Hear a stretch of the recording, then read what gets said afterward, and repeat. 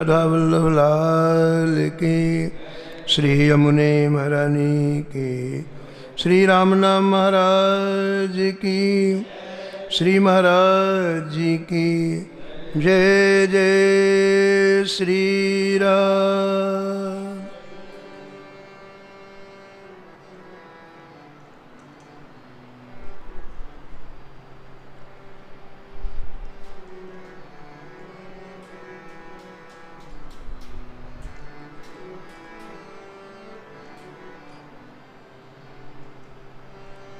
भक्तन को आदर अधिको, राजवंश में इन्हें क्यों।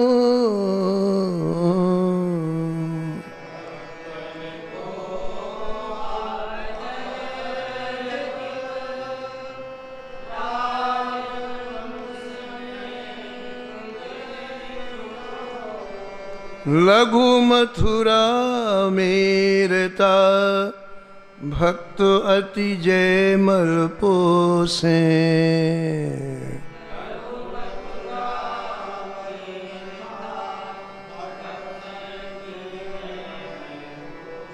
टोड़े भजन निधान, रामचंद्र हरिजन तो से।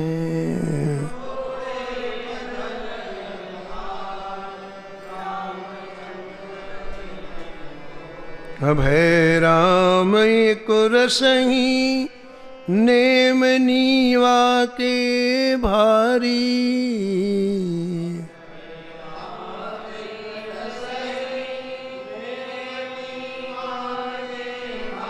कर्मशील सुरतान भगवान, वीरम भूपति व्रतधारी।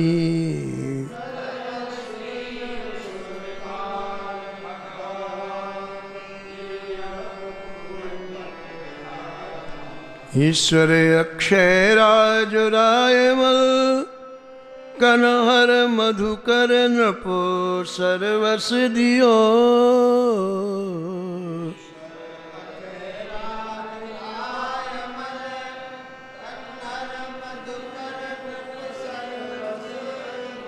भक्तन को आदर अधिक, राजवंश में इनकियो।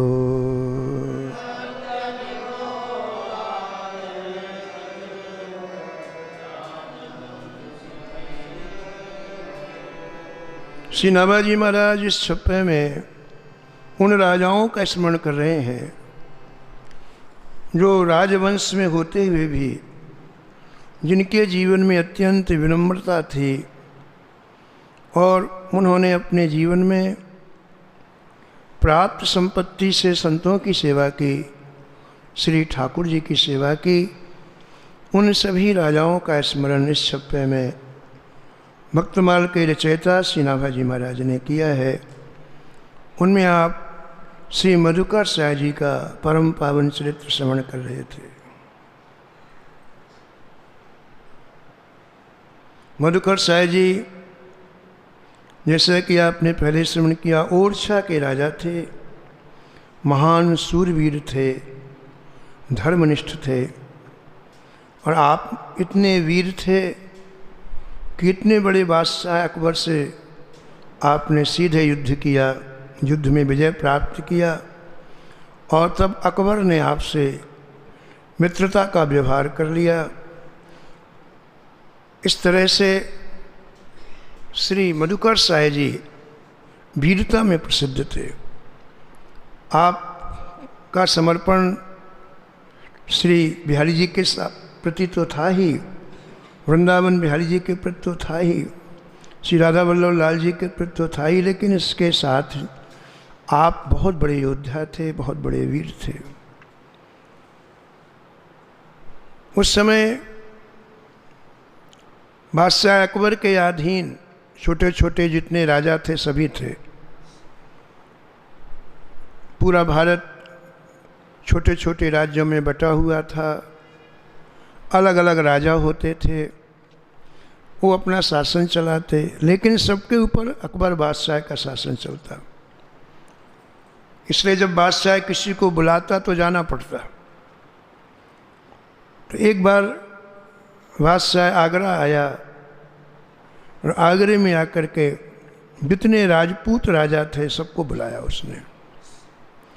कई हजार की संख्या में अकबर के बुलावे में राजपूत राजा आए। राज दरबार में सबको यथास्थान बैठाया गया। बादशाह अकबर आया तो उसने क्या देखा कि कई राजा माथे में तिलक लगाए हुए हैं। तो उसके मन में पता नहीं क्या आया और उसने घोषणा की कि मेरे राज दरबार में किसी को तिलक लगा करके आने की इजाज़त नहीं है। कल से कोई तिलक लगा के नहीं आएगा, और यदि मेरा फरमान, मेरा आदेश कोई नहीं मानेगा तो मैं माथे को गरम लोहे से दगवा दूंगा या फांसी की सज़ा दे दूंगा। सभा बर्खास्त हो गई, सभी लोग चले गए और दूसरे दिन कोई भी राजा तिलक लगा के नहीं आया, कोई भी। लेकिन यहाँ लिखा हुआ है कि ओरछा नरेश मधुकर साय जी परम वैष्णव थे, इसलिए आप उस दिन 12 तिलक लगा के गए। 12 तिलक का विधान वैष्णव के यहाँ है और वो सभी तिलक दिखाई पड़े, इसलिए आपने ऐसे वस्त्र पहने। रोज़ तो आप जब वस्त्र पहन के जाते तो एक ही तिलक दिखाई पड़ता माथे वाला, लेकिन हाथ का भी तिलक, छाती का भी तिलक, सब तिलक दिखाई पड़े। तो आपने ऊपर एक केवल वस्त्र डाला झीना सा और नीचे आपने वस्त्र पहना। राज दरबार में अपनी जगह में आके बैठ गए। सभी राजा पहले आ जाते थे, इसके बाद बादशाह आता था। अब बादशाह आया और आते ही सबसे पहले उसने चारों तरफ दृष्टि डाली, किसके माथे में तिलक है, किसके माथे में तिलक है। और मधुकर साय के माथे में जैसे उसने तिलक देखा, उसकी भ्रुकुटी तन गई और उसने एक बार उपेक्षा भरी दृष्टि से श्री मधुकर साय जी को देखा।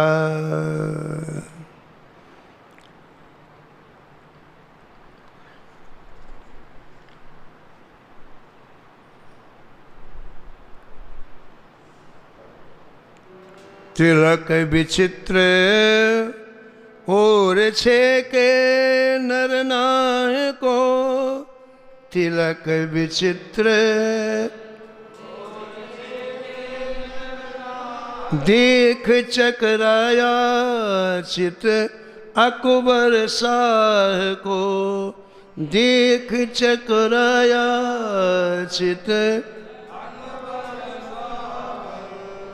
भोले बादशाह तब भूप और देख के, भोले बादशाह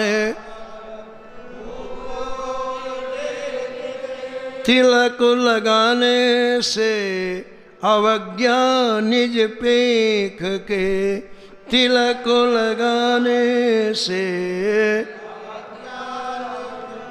अवज्ञा निज पेख के, अवज्ञा निज पे। अकबर ने देखा कि इसने मेरी अवज्ञा की। मैंने कहा था कोई तिलक लगा के नहीं आना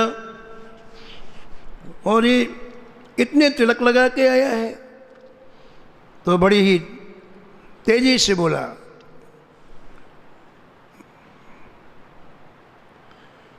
मधुकर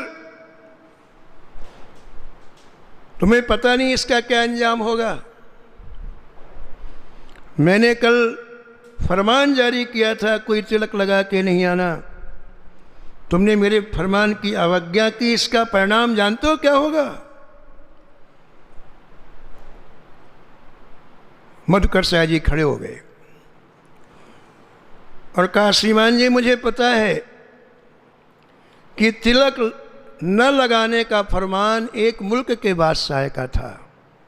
तिलक न लगाने का फरमान एक मुल्क के बादशाह का था, लेकिन तिलक लगाने का फरमान जिसने सारे ब्रह्मांड को बनाया है, सारी दुनिया को बनाया, उसका है। तो ब्रह्मांड के बादशाह के सामने एक मुल्क के बादशाह की क्या औकात है। और सुनो, धर्म मुझे प्राणों से 50 गुना प्यारा है। धर्म मुझे प्राणों से, धर्म ही लोक परलोक का सहारा है। धर्म ही लोक, धर्म दिव्य दीप है मुक्ति की भी राह का। धर्म दिव्य दीप है मुक्ति की भी राह का। धर्म से नहीं है बड़ा हुक्म बादशाह का।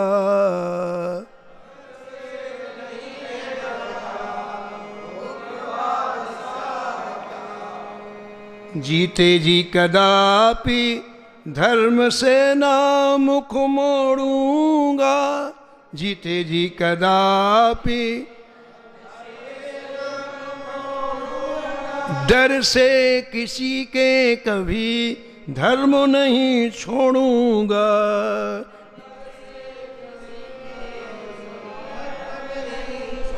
धर्म नहीं छोड़ूंगा, धर्म नहीं छोड़ूंगा, धर्म नहीं छोड़ूंगा, धर्म नहीं। भाष्य, जब तक मेरे शरीर में प्राण रहेंगे मैं अपनी प्रभु की आज्ञा का पालन करूंगा। मेरे प्रभु की आज्ञा है तिलक लगाने की। जहाँ तक भाल माथा दागने की बात है तो कान खोल के सुन लो। हमारी इन नसों में अभी श्री राम जी का रक्त दौड़ता है। हम राम जी के वंशज हैं। हमारी नसों में राम जी का रक्त दौड़ता है। किसकी हिम्मत है कि हमारे सामने आके हमारे भाल को दागेगा, मस्तक में गर्म लोहा लगाएगा। आप जानते नहीं हो हम राम के वंशज हैं। आवेश में आ गए श्री मधुकर साहेब जी। भाल दगने के पूर्व उसे मार डालूंगा। भाल दगने के पूर्व तिलक निकालेगा तो खड़ग निकालूंगा।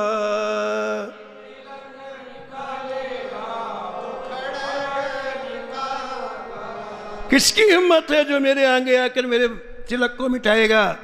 ऐसा कहकर आपने तुरंत तलवार निकाली अपनी म्यान से। हजारों राजपूत थे महाराज। इतने आवेश में जब मधुकर साहब जी को देखा उनका भी खून खौल गया।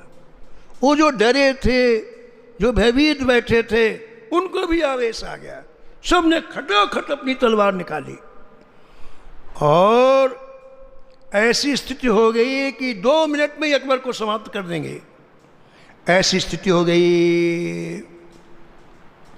कांपने लगे वो वीर वीरता के जोश में। कांपने लगे वे दांत पीस ओंठों को चबाते हुए रोष में। दांत पीस ओंठों को चबाते हुए रोष में। चबाते हुए रोष में। चबाते हुए रोष में। देखा सभी ने उग्र और छाधिराज है। देखा सभी ने उग्र कुछ कर डालने को उद्यत से आज है। कुछ कर डालने को सभी ने देखा कि 1 मिनट देर हो गई तो आज ये संपूर्ण राजपूत बादशाह अकबर के टुकड़े टुकड़े कर देंगे। जब तक वो सेना को बुलाएगा तब तक तो यहाँ काम ही हो जाएगा। सेना तो बाहर थी, राज दरबार में थोड़ी थी। बादशाह समझ गया कि यदि मैंने 1 मिनट की देर लगाई तो फिर मेरे प्राण बचने वाले। संपूर्ण राजपूत विरोध में हो गए। तो तुरंत बादशाह ने पैतरा बदला, तुरंत उसने अपनी लैंग्वेज बदल दी, भाषा बदल दी। जोर से बोला, वाह वाह मधुकर साय जी, वाह मधुकर साय जी, वाह मधुकर साय जी, क्या बात है।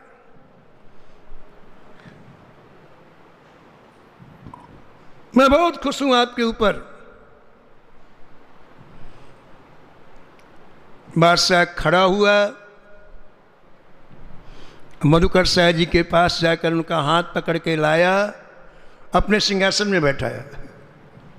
सन्नाटा सभा का तोड़, गूंजा शब्द वाह वाह, सन्नाटा सभा का तोड़, बोला बादशाह वाह मधुकर साह वाह, बोला बादशाह वाह मधुकर। आपने ही नित्य नेम अपना निभाया है,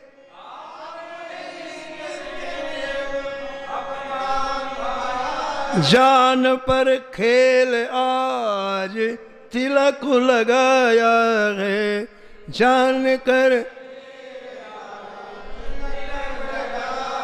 मधुकर साय जी, सच्ची निष्ठा तो तुम्हारी है, तुमने प्राणों की परवाह नहीं की और तिलक लगा के आए। बाकी सब भयभीत, इनमें से सब डरपोक हैं। मुझे तिलक लगाने से चिढ़ नहीं है। मैंने परीक्षा ली थी और परीक्षा में आज आपने सर्वोपरि स्थान प्राप्त कर लिया, इसलिए आज से ये तिलक आपके नाम से ही होगा। मधुकर शाही टीका ये कहलाएगा। मैं बहुत प्रसन्न हूँ। बलहारी आपकी अनोखी आन बान पर, बलहारी आपकी खुश हो गया हूँ मैं सच्चाई और शान पर।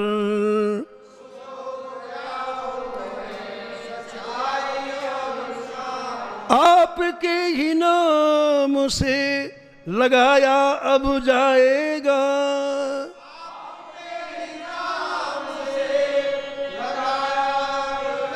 मधुकर शाही यह टीका कहलाएगा।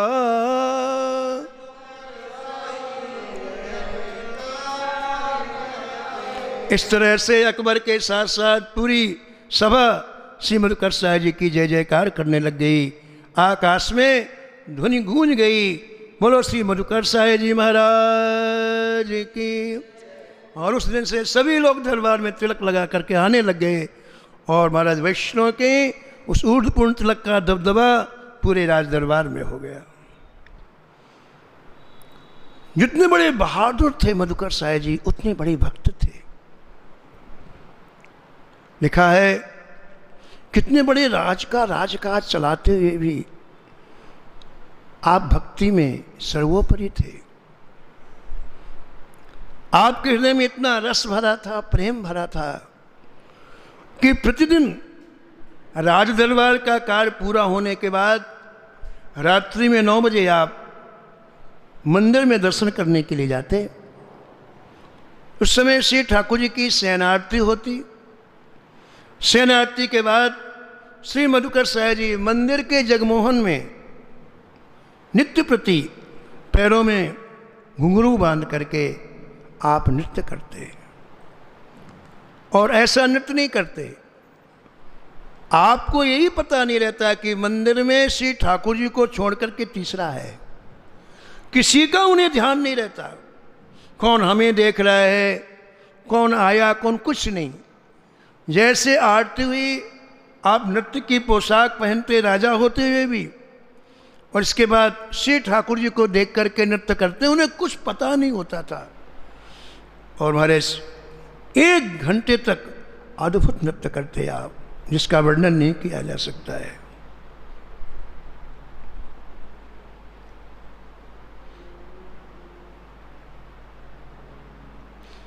भक्ति में नृत्य और गायन ये प्रेम को बढ़ाने वाले हैं। श्री ठाकुर जी के चरणों में प्रेम को बढ़ाने वाले, इसलिए जितने भक्त हुए उसमें करीब करीब सभी ने गायन भी किया ठाकुर जी के सामने और नृत्य भी किया। पद घुंघरू बांध मीरा नाची रे, पद घुंघरू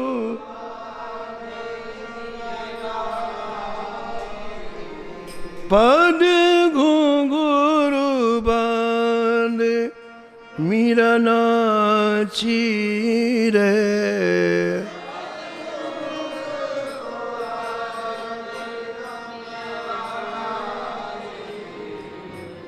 लोग कहे मीरा भई बावरी, लोग कहे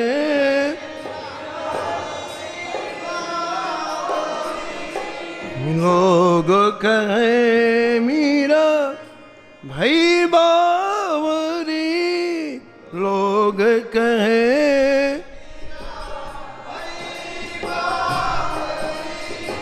सासु कहे कुल नासी रे।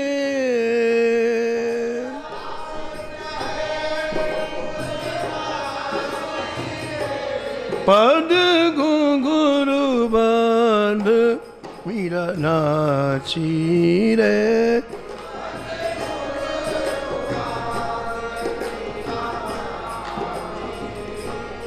पद घुंघरू बांध मीरा नाची रे।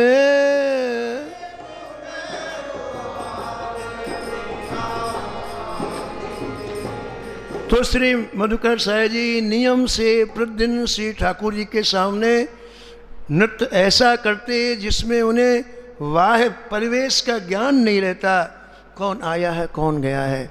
श्री ठाकुर जी को अपनी दृष्टि में सामने रख करके नृत्य करते, रोज का नियम। एक दिन आप आने ही वाले थे कि किसी दूसरे स्टेट के राजा आ गए मिलने के लिए, और उनको शिष्टाचार के नाते उनको बैठाना पड़ा, उनका स्वागत करना पड़ा। इधर मंदिर में आरती हो गई, समय तो निश्चित है, मंदिर में आरती हो गई, मंदिर के पट बंद हो गए। जैसे उनको ठहरा करके आप निवृत्त हुए, दौड़ करके मंदिर गए, तब तक तो मंदिर बंद। अब आपका रोज का नियम से ठाकुर जी के सामने नृत्य करने का, अब मन ना लगे। आपने विचार किया कि मंदिर बंद हो गया, कोई बात नहीं, मंदिर के पिछवाड़े खुली हुई जगह है, रोज का नियम मैं वहीं करूँगा। आपने अपने पैरों में घुंघरू बांधा, नृत्य की पोशाक पहनी आपने, और महाराज गायन करके नृत्य करने लग गए।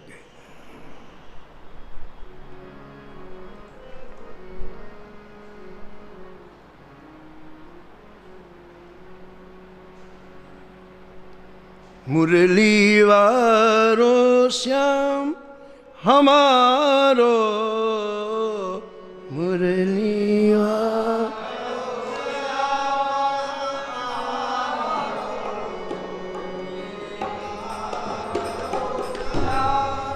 हमारो, मुरली वारो श्याम हमारो, मुरली।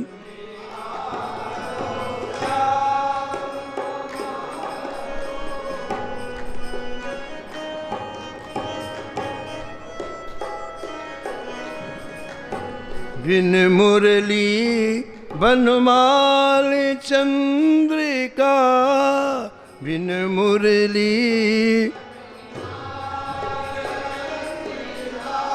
नहीं काहूँ सो काम हमारो,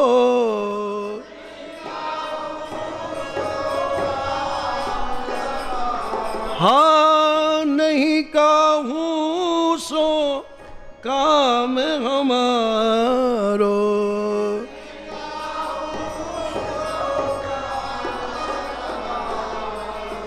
मुरली वारो श्याम हमारो, मुरली वारो।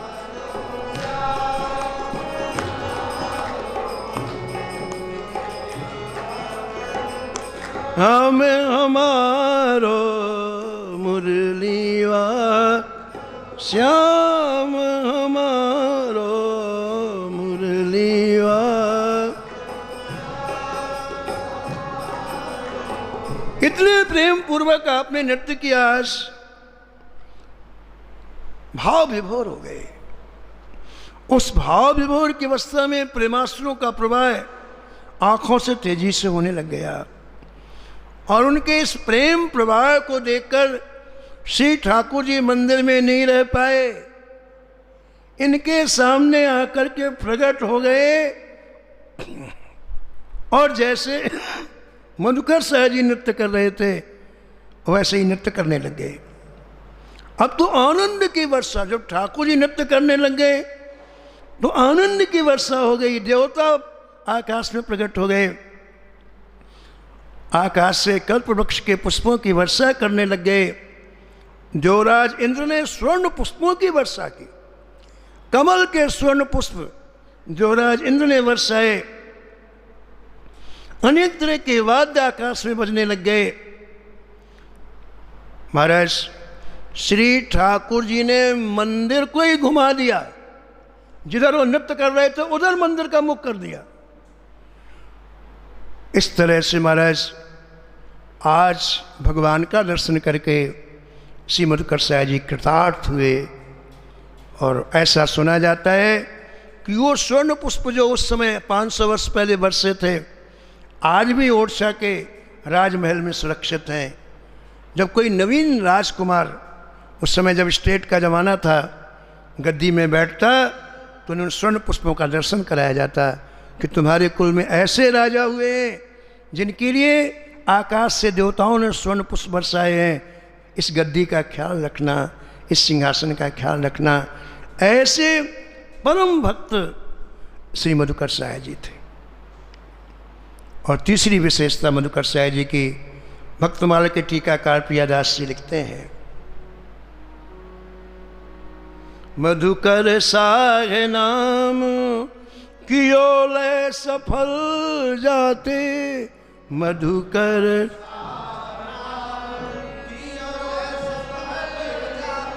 वेश गुण सार ग्रह तजत असार है।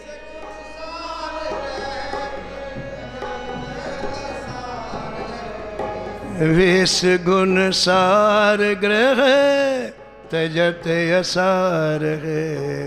वेश गुण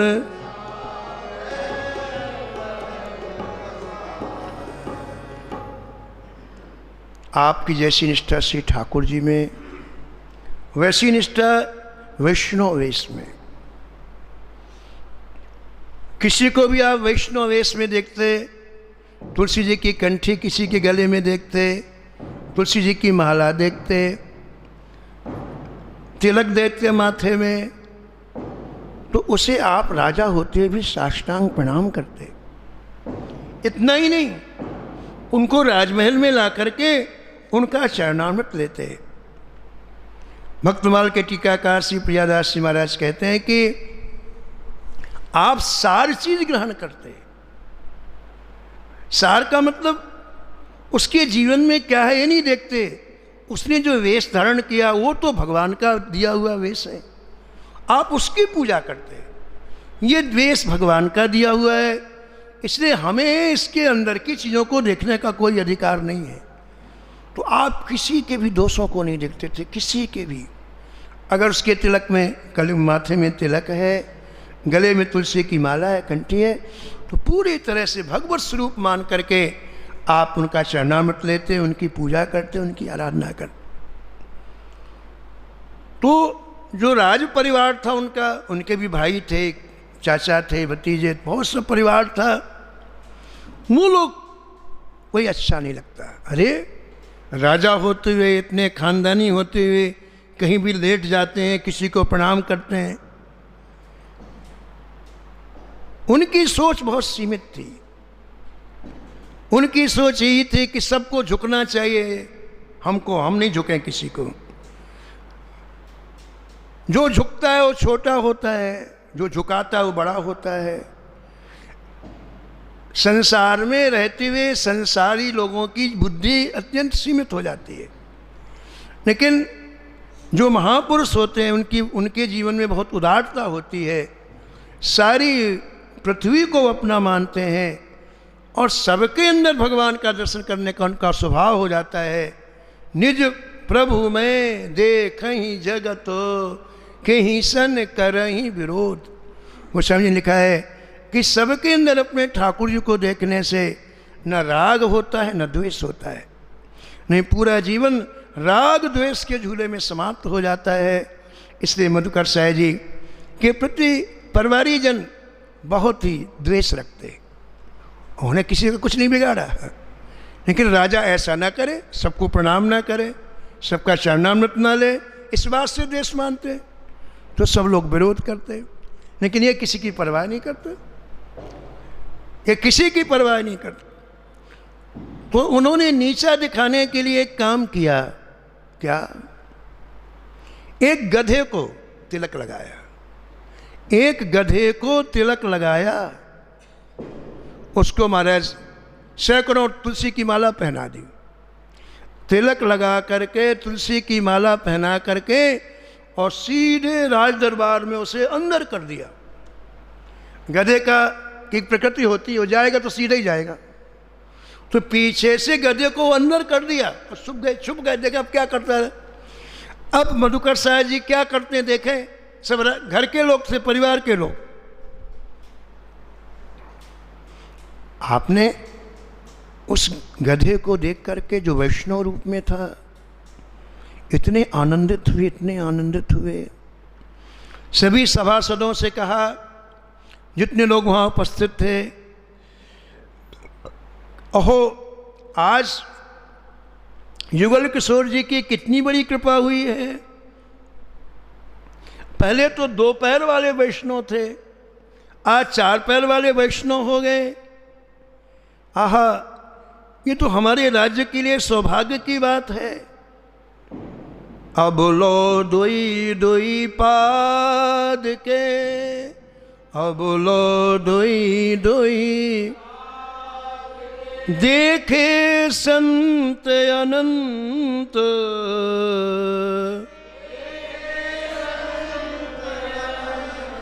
चार चरण के आज ही, चार चरण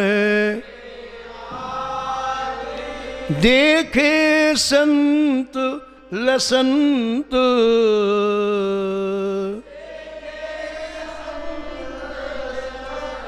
मेरे प्रभु समर्थ हैं, मेरे प्रभु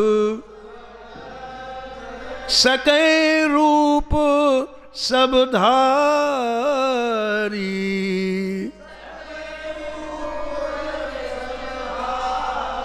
खर नाही वैष्णव खरे, खर नाही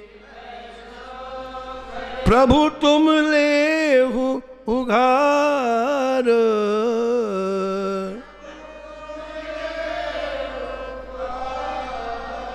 श्री मधुकर साहब जी अपने सभासदों से कह रहे हैं कि देखो भैया, हमारे प्रभु समर्थवान हैं, कोई भी रूप धारण कर सकते हैं।